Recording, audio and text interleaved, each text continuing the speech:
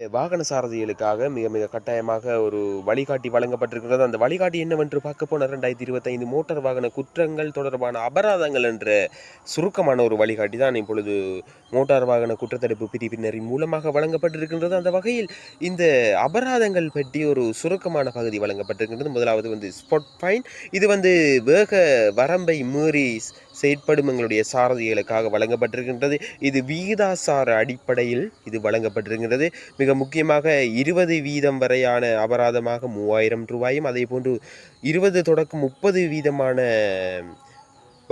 வேக வரம்பை மீறி செயற்படும் வாகன சாரதிகளுக்கு 5000 ரூபாய், அதே போல் 30 வீதம் தொடக்கம் 50 வீதம் வரை 10,000ம், 50 வீதத்துக்கு மேல் பார்க்க போனால் 15,000 ரூபாய் அபராதமும் இப்பொழுது இங்கே கொடுக்கப்பட்டிருக்கின்றது.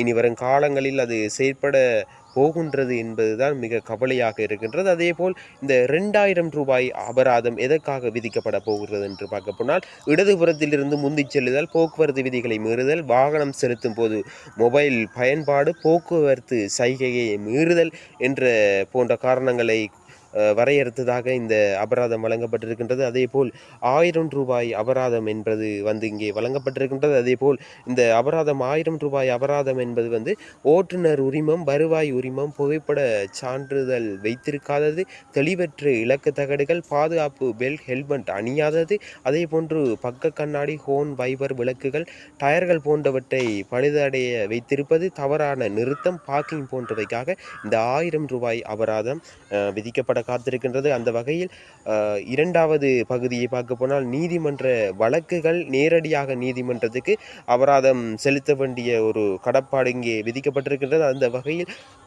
இன்சூரன்ஸ் இல்லாமல் ஓட்டுதல் குறைந்தபட்சம் 25,000 ரூபாய் என்றும், அதே போன்று இந்த சரியான ஓட்டுநர் உரிமம் இல்லாமல் ஓட்டுதல் காலாவதியானது அல்லது ஒருபோதும் பெறாததுக்கு ரூபாய் 25,000மும், குடித்துவிட்டு ஓட்டுதல் என்பதற்கு 25,000 முதல் உரிமம் ரத்து, நிறுத்தம், அதேபோல் சிறை தண்டனையும் வாய்ப்பு கிடைக்க உண்டு என்றும் இங்கே செய்திகள் அழகாக கொடுக்கப்பட்ட மேலும் ஒரு செய்தியை பார்வையிடலாம். அது என்ன செய்தி என்று பார்க்க போனால், இந்த 18 வயதுக்கு உட்பட்டவர்கள், இந்த வாகன உரிம பத்திரம் இல்லாதவர்களுக்கு இந்த ரூபாய் 30,000 அபராதம் என்று இங்கே கொடுக்கப்பட்டிருக்கிறது. இந்த அபராதம் இந்த வாகனத்தை வைத்திருக்கின்ற உரிமையாளருக்கு எதிராகவும், அதே போன்று பெற்றோர்களுக்கு எதிராகவும் இந்த அபராதம் விதிக்கப்பட என்றும் இங்கே அழகாக கொடுக்கப்பட்டிருக்கின்றது. அதே போன்று இந்த பெருங்கவனம் இன்மையாக இந்த வாகனங்களை ஓட்டுபவர்களுக்கு எதிராக நீதிமன்றம் தீர்மானிக்கும் தொகையாக ரூபாய் 10,000 தொடக்கம் 50,000 வரை என்றும், அதே போன்று இந்த ரயில்வே கிராஸில்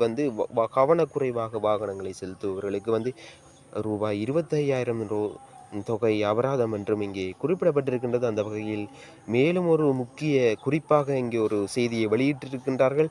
இந்த ஸ்பாட் ஃபைனை 14 நாட்களுக்குள் ஆன்லைன் மூலமாக அல்லது தபால் நிலையத்தில் செலுத்த முடியும் என்றும் இங்கே குறிப்பிட்டிருக்கின்றார்கள்.